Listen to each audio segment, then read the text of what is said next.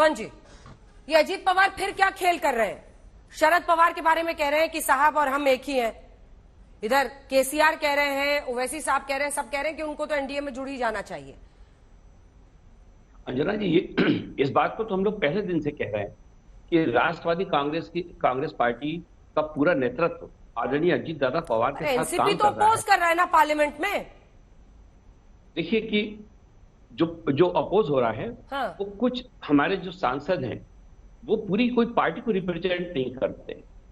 अगर वहां पर उन्होंने उसका कोई विरोध भी किया है, अरे तो आप ही के सांसद है ना वो, फिर ये हमारे हिपोक्रेसी कहलाएगी ना। आप सांसद में तो अपोज कर रहे हैं, आपके सांसद, आप अलग कह रहे हैं आप एनडीए में शामिल होकर उधर सरकार बना लिया है। शरद पवार जी मंच पे पीएम के साथ भी दिख जाते हैं, क्या चल रहा है?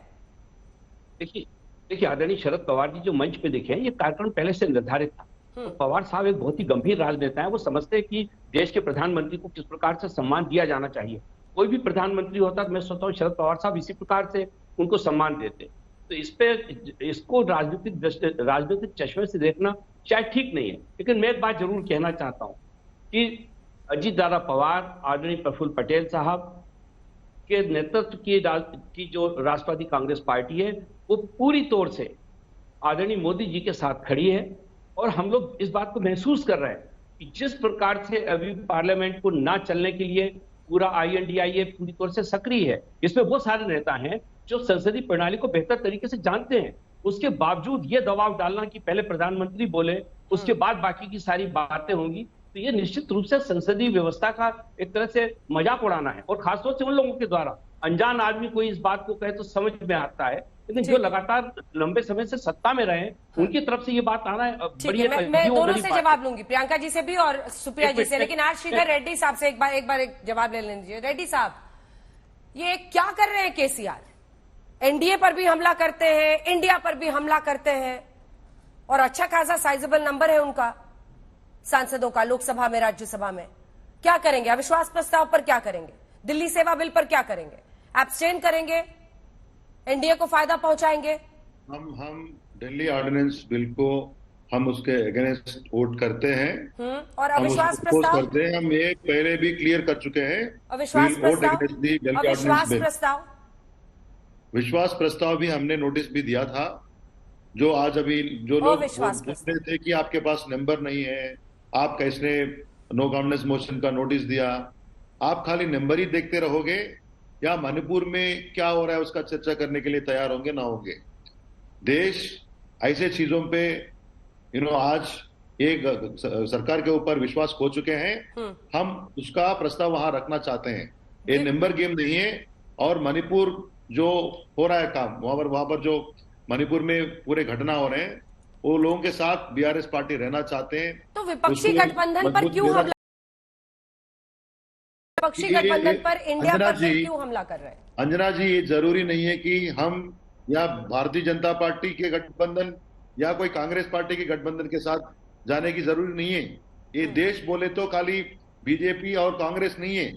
बहुत सुदीर्घ समय हम कांग्रेस ने देश को खराब कर दिया है, स्पॉइल कर दिया है। आज 9 साल से वही काम नरेंद्र मोदी जी की गवर्नमेंट कर रहा है। तो जरूरी नहीं है कि हमारी पार्टी ये दोनों के एक तरफ जाने की जरूरत नहीं है। हम हमारा प्रस्ताव रखते हैं देश के सामने, और केसीआर साहब के ये इरादा है देश में प्रत्याम्नाय रूप का एक अच्छा डेवलपमेंट एजेंडा, जो विकास के एजेंडा आना चाहिए।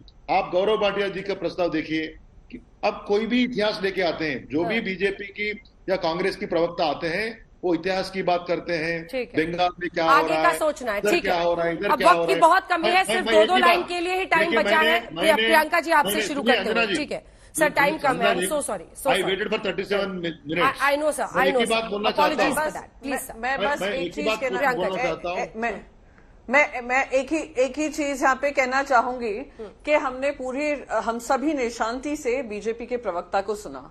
पूरे 7-8 मिनट जो उन्होंने बोला है सिर्फ वॉट अबाउटरी किया। उन्होंने 3 इंपॉर्टेंट मुद्दे कहे कि गवर्नर विपक्षी दल के नेताओं से मिली, पर गवर्नर ने अपनी परंपरा निभाई। जी नहीं, गवर्नर की परंपरा सिर्फ यहीं पे नहीं सीमित होती है, वो बकायदा प्रेसिडेंट को चिट्ठी लिख सकती हैं और कह सकती हैं कि ये हालात हैं, ऐसे टीवी इंटरव्यू पे नहीं, विपक्षी नेताओं के साथ नहीं, प्रेसिडेंट को लिखकर। प्रेसिडेंट भी कह सकती है गवर्नमेंट को कि अगर स्थिति में आपने आर्टिकल 355 कॉन्स्टिट्यूशन का लगाया तो 356 भी लगना चाहिए, which is the presidents rule, जो मणिपुर की मांग है। तो सब आधे काम हो रहे हैं, नो कॉन्फिडेंस मोशन एक्सेप्ट हो जाता है, सुप्रिया जी जल्दी नहीं होगी। सिर्फ 2 लाइन सुप्रिया जी। मैं सिर्फ एक लाइन कहूं, मैं एक लाइन में अपनी बात खत्म कर देती हूं। 2002 में तो मोदी जी को राजधर्म सिखाने के लिए अटल जी थे, लेकिन 2023 में किस मुंह से इस देश के प्रधानमंत्री बीरेन सिंह को राजधर्म सिखाएंगे? बीरेन सिंह का बने रहना मोदी जी को और कलंकित करता है। गौरव भाटिया जी। देखिए, उद्धव गुट की प्रवक्ता का जवाब दे दूं, पिता की विरासत को कैसे नष्ट किया जाता है इसका जीता जागता उदाहरण कोई है तो उद्धव ठाकरे है, जो बताता है कि विरासत में गद्दी तो मिल सकती है, बुद्धि नहीं। और मैं आपको बता दूं, अगर बिल लाए जा रहे हैं और लोकसभा में कोई बिल पारित ना हो सके तो अपने आप सरकार गिर जाएगी, क्योंकि आपको मेजॉरिटी से ही